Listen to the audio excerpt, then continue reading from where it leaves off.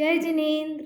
आज हम NCERT 12th micro economics chapter 1 माध्यमिक शिक्षा मंडल द्वारा जारी किए गए प्रश्न बैंक के वस्तुनिष्ठ प्रश्नों के पार्ट 2 को सॉल्व करेंगे। आर्थिक विश्लेषण में व्यष्टि और समष्टि शब्दों का प्रयोग सर्वप्रथम किसने किया? रैगनर फ्रिश ने किया।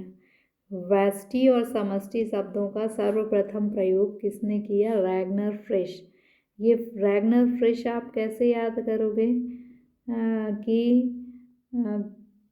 फ्रिश को फिश से आप याद रख सकते हो कि फिश जो है उसने व्यष्टि और समष्टि शब्दों का सर्वप्रथम प्रयोग किया।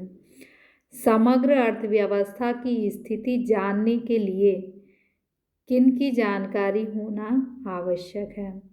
तो समग्र अर्थव्यवस्था यानी संपूर्ण अर्थव्यवस्था की यदि आपको जानकारी चाहिए तो आपको समष्टि अर्थशास्त्र की जानकारी होना आवश्यक है।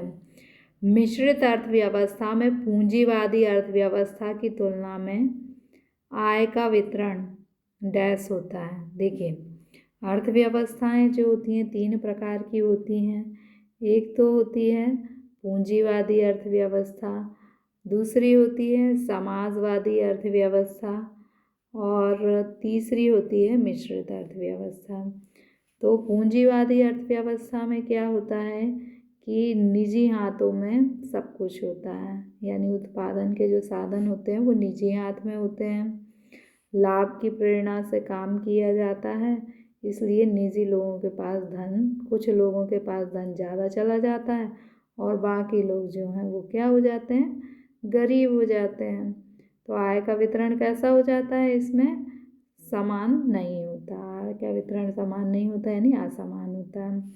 जबकि समाजवादी अर्थव्यवस्था में क्या होता है कि सरकार जो है वो सारी आर्थिक गतिविधियों को संचालित करती है, इसलिए सभी लोगों के पास आय लगभग कैसी होती है? समान होती है, बराबर होती है। तो इसमें आय का वितरण कैसा होता है? समान होता है और पूंजीवाद में आय का वितरण समान नहीं होता। अब हम मिश्रित अर्थव्यवस्था की बात करते हैं।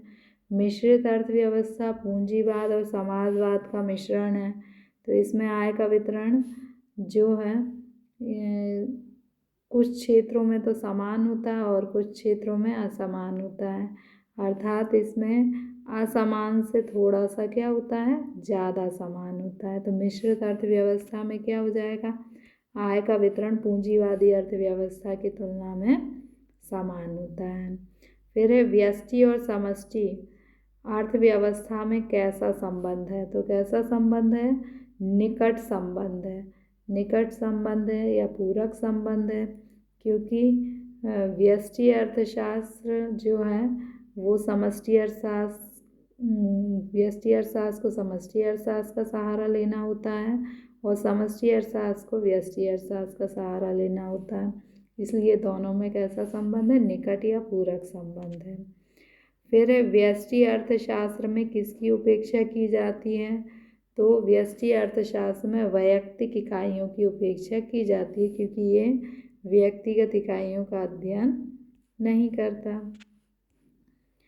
फिर है व्यष्टि अर्थशास्त्र, ये सत्य है, अवास्तविक मान्यताओं पर आधारित है, यह सही कथन है, क्योंकि व्यष्टि अर्थशास्त्र में जैसे पूर्ण रोजगार की मान्यता है कि जितने भी लोग हैं सभी को रोजगार मिला हुआ है, परंतु ऐसा किसी अर्थव्यवस्था में होता है? नहीं होता, कुछ लोग बेरोजगार होते हैं, इसलिए यह एक अवास्तविक मान्यता है।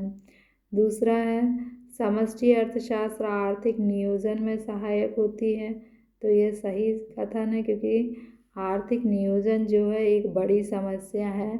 आर्थिक नियोजन के लिए देश को अर्थव्यवस्था में जितने भी संसाधन हैं सभी के समुचित उपयोग की योजना बनानी होती है। ये बड़ी समस्या है, इसलिए इसका अध्ययन समष्टि अर्थशास्त्र में किया जाता है।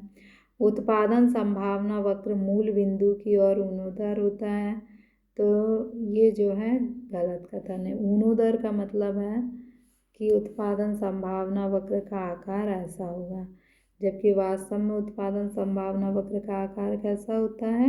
नतोदर होता है, इसलिए यह आंसर गलत है।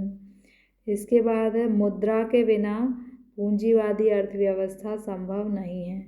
देखिए, पूंजीवादी अर्थव्यवस्था में क्या होता है कि जो पूंजीपति होते हैं उनके हाथों में धन का केंद्रीयकरण होता है। वे क्या करते हैं, उद्योगों की स्थापना करते हैं या कोई भी आर्थिक गतिविधि करते हैं, लाभ कमाते हैं और लाभ को अपने पास जो है धन के रूप में संचित करते हैं। तो ये धन होने पर ही पूंजीवादी अर्थव्यवस्था संचालित होती है। साधनों की सीमितता आर्थिक समस्या का मूल कारण है। तो ये कथन जो है वो सही है। क्यों सही है? क्योंकि यदि उत्पादन के जो साधन हैं वो सीमित होंगे। उत्पादन के साधन का अर्थ है कि हमारे देश में जैसे भूमि है वो सीमित है और लोग बहुत ज़्यादा हैं, तो अब इस भूमि पर खेती कौन करेगा? ये एक आर्थिक समस्या है। या मान लीजिए कि कोई वस्तु बेचने के लिए आती है, तो अब इसका उपभोग कौन करेगा? ये आर्थिक सीमितता के कारण ही जो है आर्थिक समस्या उत्पन्न होती। आपके पास पैसा पापा ने दिया, अब आपकी आवश्यकताएं बहुत सारी हैं और पैसा सीमित है, इसलिए आर्थिक समस्या है कि इनमें से किन वस्तुओं का चुनाव किया जाए उपभोग के लिए। फिर है समष्टि अर्थशास्त्र। ये सही जोड़ी है। समष्टि अर्थशास्त्र में क्या किया जाता है? तो समष्टि अर्थशास्त्र में उच्चावचन की व्याख्या होती है। उच्चावचन का अर्थ होता है कि अर्थव्यवस्था जो है कभी तो तेजी की स्थिति में चलती है, कभी मंदी, कभी तेजी, कभी मंदी, ये दौर चलता रहता है। तो इसे हम क्या कहते हैं? उच्चावचन। कभी कीमतें बढ़ती, कभी घटती हैं। अर्थव्यवस्था में आर्थिक समस्या कौन सी होती है? तो अर्थव्यवस्था में जो आर्थिक समस्या होती है वो चयन की समस्या होती है कि आपके पास पैसे सीमित हैं, आपकी आवश्यकताएं अनंत हैं। अब आप सीमित धन से जो है आपको चयन करना होता है कि इनमें से आप किस समस्या की पूर्ति करें कि आपकी संतुष्टि जो है वो अधिकतम हो जाए। तो आर्थिक समस्या क्या है? चयन की समस्या। व्यापार पर कोई प्रतिबंध नहीं होता। किसमें व्यापार पर कोई प्रतिबंध नहीं होता? खुली अर्थव्यवस्था में। और यानी खुली अर्थव्यवस्था में आयात निर्यात पर कोई प्रतिबंध नहीं होता, जबकि बंद अर्थव्यवस्था में होता है। राज्य का हस्तक्षेप नहीं होता पूंजीवादी अर्थव्यवस्था में। पूंजीवाद में क्या होता है कि जो भी देश के अंदर आर्थिक गतिविधियां संचालित हो रही हैं उसमें जो सरकार है वो कोई भी हस्तक्षेप नहीं करता। व्यष्टि अर्थशास्त्र का यंत्र है कीमत विश्लेषण। व्यष्टि अर्थशास्त्र जो है वो इस बात का अध्ययन करता है कि विभिन्न वस्तुओं और सेवाओं की कीमत कैसे निर्धारित की जाए। So thank you.